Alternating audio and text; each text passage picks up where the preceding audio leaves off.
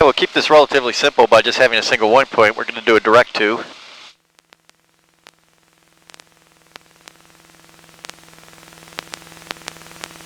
There we go. All right, that'll let us just use altitude hold and nav hold, and that's pretty straightforward. With the addition of the extra knobs, I can go ahead and set the altimeter. It looks like it's going to be pretty close already. I often disagree with the tower on this. We're often off by 0.002 or so, but this will get me in the neighborhood. With the advanced controls, we can go ahead and set the altitude now. I'm going to set it for initial 3,500 feet. With the simplified controls, this would have been a waste of time. As soon as you turn it on, HSI and altitude or track and altitude, it would lock in whatever altitude you're currently at, and you'd have to reset your destination altitude. So the complex doesn't do that. I can go ahead and set it now. I've already got my direct to set in, so we're pretty much ready to go. As we're climbing out, I'll go ahead and make a turn to roughly on course.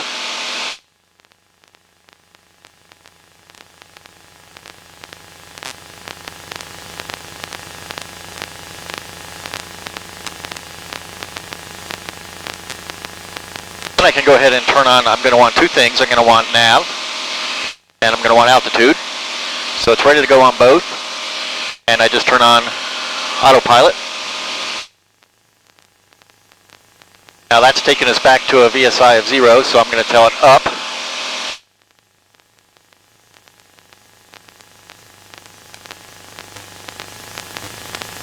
And the autopilot should be flying the airplane now. You can see by the flight director bars that it is doing that climb. It's trying to pull it into that climb I asked for. I've got it set at 700 foot per minute. I default to 500, but I'm very light today, and it's a nice high pressure day, so it should be able to handle 500 easily.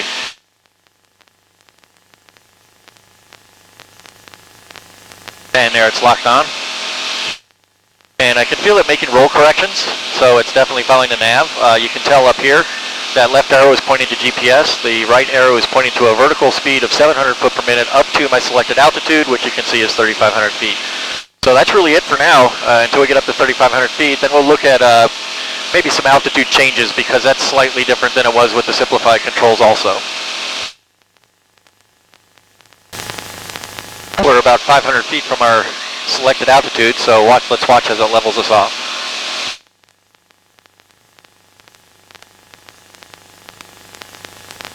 Which maybe I did a little early, since at 700 foot per minute and 500 to go, it's going to take about 48 seconds, something like that, 50 seconds. Do the math for me.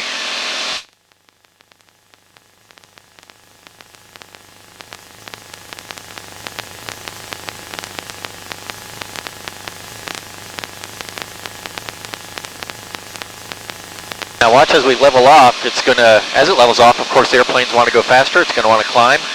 The airplane is going to want trim down, or the autopilot is going to want down trim. And with the panels, with that panel on the left, I get auto trim. So the alert should come on any second now, saying I want down trim, and it will go away as the airplane trims itself. There it is, trim nose down. Now the trim should be moving of its own volition, or at least driven by the automatic electronics. And there we are, at a cruise altitude of 3,500 feet on our GPS course. So nothing to do now but really manage the throttle, get my foot out of that right rudder, and look for traffic. We do have something out there a few miles away. It's about, looks to be about 10, 11 miles away. Not really a factor. Probably somebody doing touch and goes in Madison County out there. There's the trim nose down coming up again, and it goes away just as quickly. So really, in my mind, the auto trim alone is worth the cost of that left panel. And I do enjoy having the altitude, track, and barometer knobs as well. So to me, it was it was an additional expense, of course, but it did make it a fully complete autopilot, and at really a cost of only $750 times 2 for the servos, plus another $900 for the panels. That's a bargain for any kind of autopilot that can do altitude pre-select, vertical speed select, nav hold, track hold, heading hold, whatever it is you want. It's a very, very capable autopilot. Just as an example of an altitude change, let's suppose that I want to go to 4,500 feet. So that's a simple matter of the altitude knob, up to 4,500. But note that the airplane has not started climbing. It's just going to hold at 4,500 feet until I tell it that I'm ready to climb. And this is a nice feature once you get used to it. If you've been flying the simplified controls, you're used to an immediate response. What this lets me do is plan ahead a little bit. So I know I'm going to go to 4,500, but I do not yet know when. So let's say I want to do it right now. I just go over to vertical speed up, and that will immediately go to my default climb rate of 500 foot per minute, which is a nice cruise climb. I don't need to go 700 foot per minute now. I'm clear of the ground and I'm in cruise. So it's going to do what it did before. It's going to work until it's settled on that 500 foot per minute climb. It's going to leave the throttle management to me, and it's going to level off at 4,500. And while we're at it, for instance, it's not as uncommon as you might think for me to be going direct from one airport to another and come across an airplane doing the opposite direction on the same game plan. With the accuracy of GPS, that essentially puts you on a very close to a nose-to-nose position, below 3,000 feet AGL, or around in here in Ohio at 3,500 cruise altitude MSL. That's a pretty commonly chosen altitude, and it puts us at the same altitude. Any higher than 3,000 AGL, we would be off by 1,000 feet if everybody's playing from the same rule book, which they should be. But it doesn't necessarily always happen. So when I see that happening, what I do is I will go to track mode,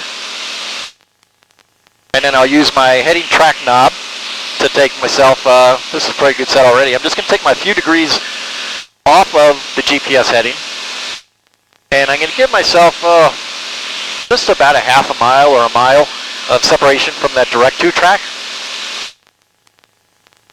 And then go ahead and just take the track and match it up with the GPS course. You can see that blue line moving, that's my track, so it's very easy to see where it's lined up.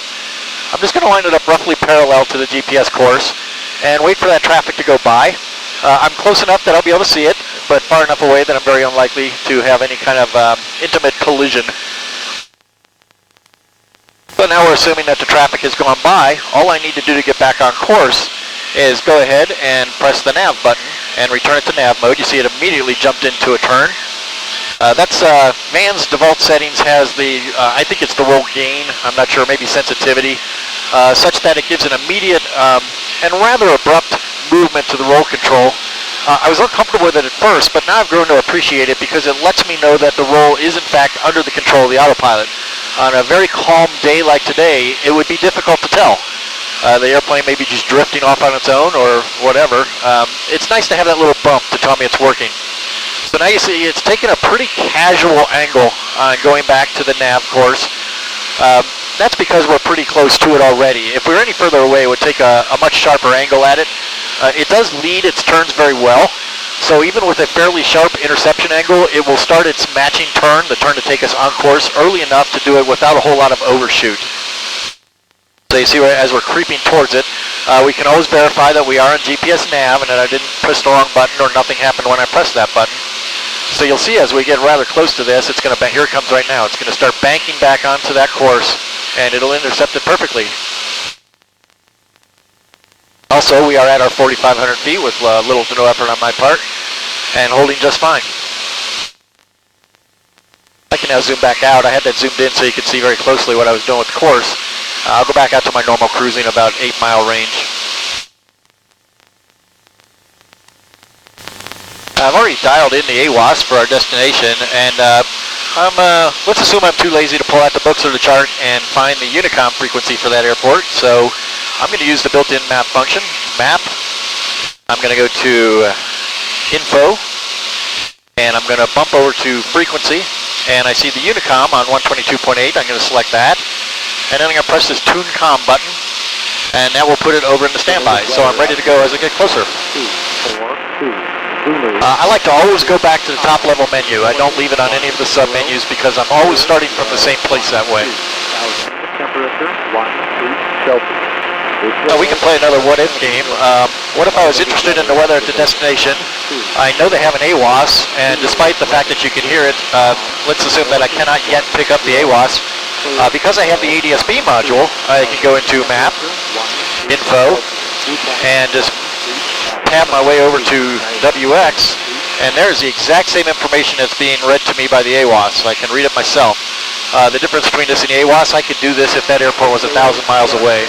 That's extremely handy. Weather observation 124 Zulu weather wind calm visibility 10.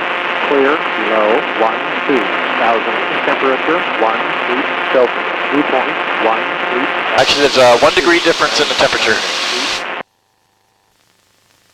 And I'm sure that'll update eventually.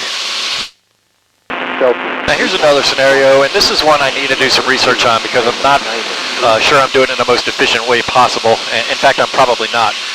But let's assume that I'm on a direct tube, but I want to add a waypoint, a fix on the screen. The only way I've been able to figure out how to do it on my own, and again, I just need to get out the instructions and make sure this isn't the right way or not. I'm just going to take the joystick knob. I'm going to move this over to the fix that I'm interested in, which is Terry. And there, it has selected it. I'm going to go to map. I want to go to nearest. And then I want to go to fix. Terry it is. I want to add that to the flight plan. I want to add it up here. Insert. Then I want to make that leg active. So I can do a direct tube. There we go. And now that's going to take us over to Terry, and from then to Versailles. So again, I don't know if that's the most efficient way to do it. It is a way to do it. It's kind of clunky. I'm sure there's a better way, and if I do another one of these videos and I do figure out a better way, I'll demonstrate that as well. So let's assume that there's traffic headed to Dark County to do touch and goes, and it's not really an assumption because you can see them right out there. I don't know which runway. He didn't say which runway he's going to use. It's calm air.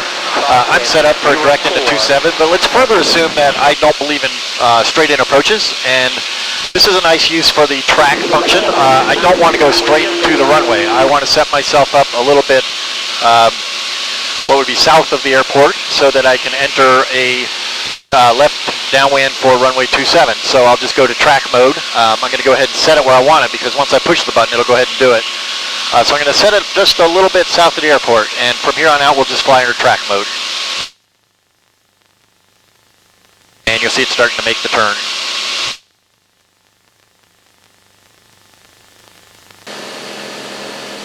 On the return trip, the weather had gotten kind of bumpy, and I decided to climb to 7,500 feet.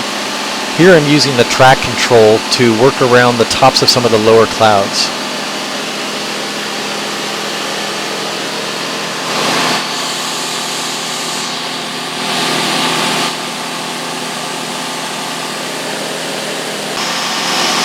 Now this is kind of neat, and I found it pretty much by accident.